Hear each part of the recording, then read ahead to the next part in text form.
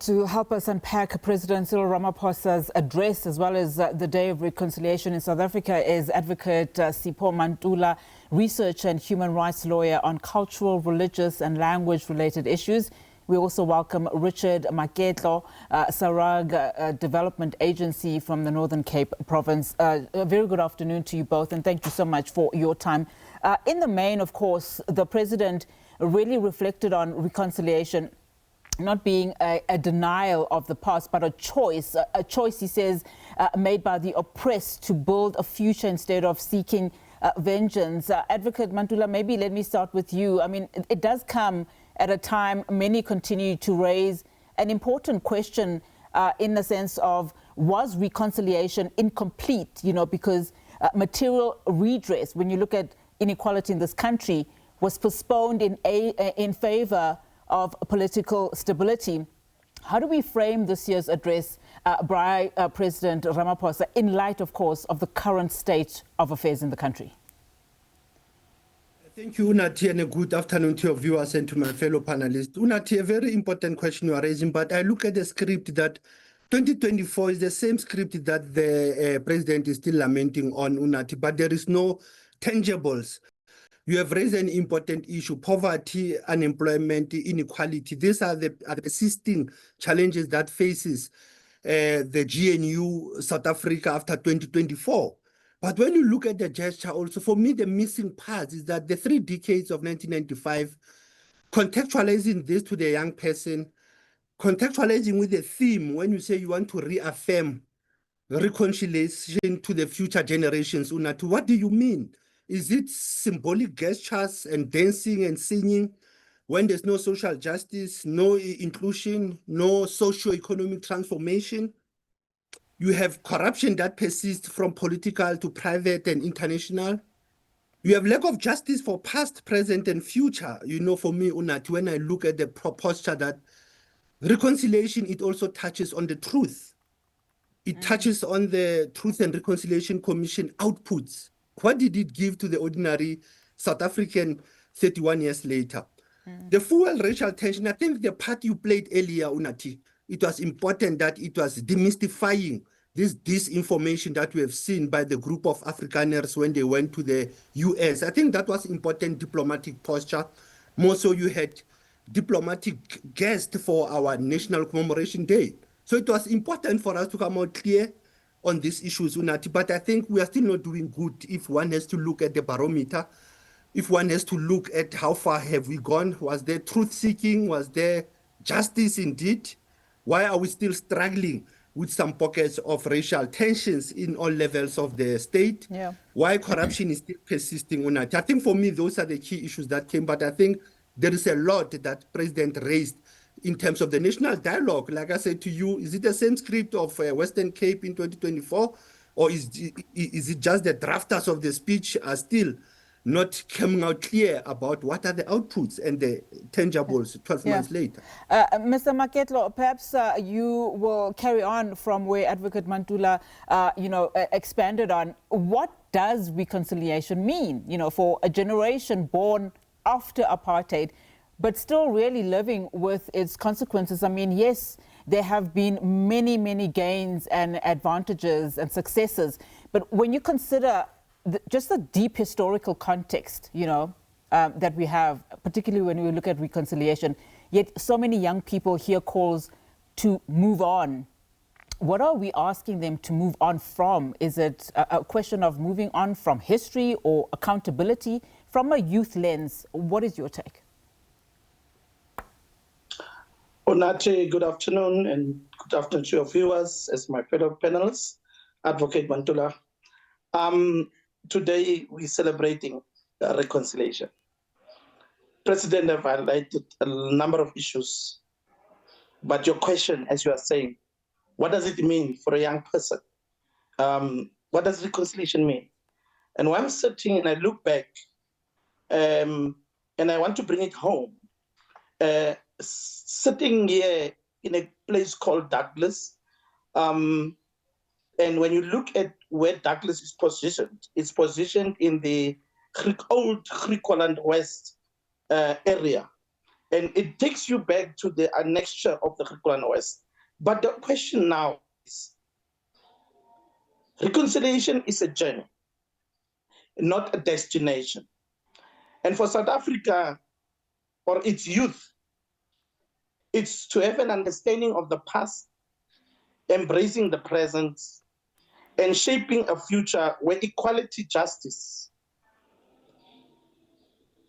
and unity are the foundations that we need to work on, and we have to build on.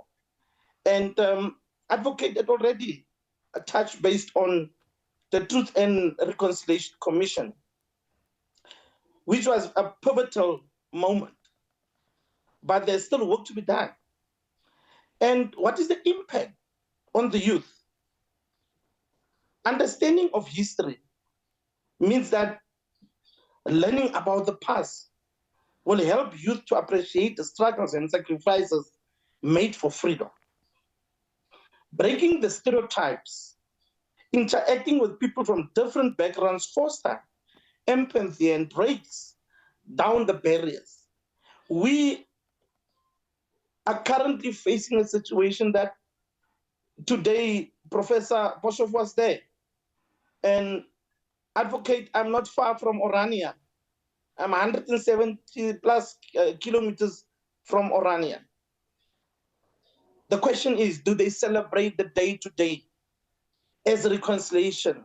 Are we united? Are we in unison with each other? Are we embracing our different cultures, the diversity that exists between us? And yeah, as I've said, thus our young people understand what they are facing, and building the united future. Youth are key in driving the change and creating a more inclusive society. Yeah, I want to touch on what Mr. Maketlo said, Advocate, in terms of Orania. I mean, when we look at just some of the speech that the president touched on, he talks about the false narrative that is continuing to play out on, the global stage. We know that, of course, President Donald Trump has on many occasions talked about a white genocide happening in South Africa. On a day like this, what damage do these myths do to reconciliation, especially when you consider Orania's existence, as we are hearing now, and of course, particularly when young white South Africans are taught fear instead of this shared citizenship?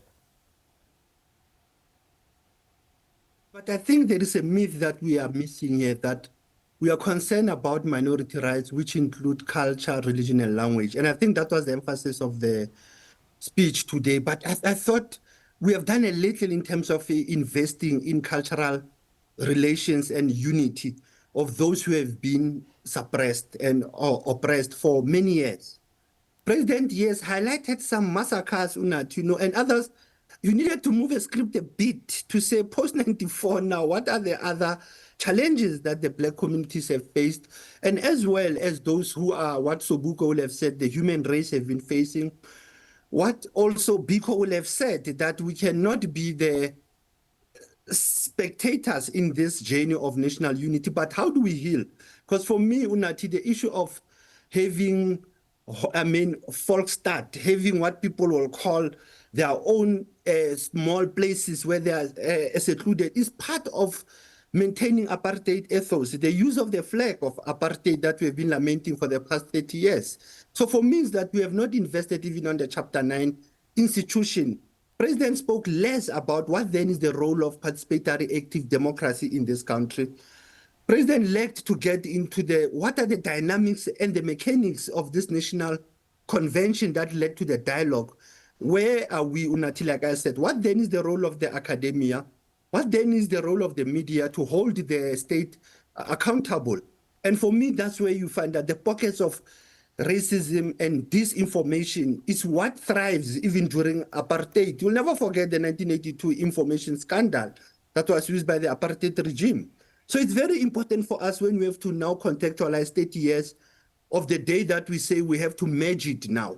And as my fellow brother is saying, in Orania, do they even commemorate such day? Because there was this violent South Africa that was conquered. Because one thing we are missing, Unati, South Africa was conquered. There was a conqueror. And that conqueror of South Africa made sure that even today our children can lack knowledge. We find as if this is heavy for them. They are on their festive. They have closed their schools, but the debate and the engagement has to still go on so that we can get justice, we can get equal rights and freedom for our young people, because the future generations are the present generations. Yeah. And that's where even the role of the TRC of South Africa had an impact in other African countries. So for me, is to look beyond the international lens, is to look at the regional integration of how South Africa also perceive African nationals who are in South Africa. It's still a challenge that we are facing in the country of ill-discipline, corruption, crime, that is also committed by other Africans coming from other countries. Those are the key issues that the president will have leveled on. The level of violence, I think, was clear against women and children, that we should still emphasize on protecting the rights of children and women. All right. Thank you so much to you both, gentlemen. Unfortunately, that's where we have to leave it for today, but an important discussion. I really do appreciate your time. Advocate Sipho Mantula, researcher and a human rights lawyer on cultural, religious and language issues. Also, Mr. Richard Maketlo, Sarag Development Agency from the Northern Cape province of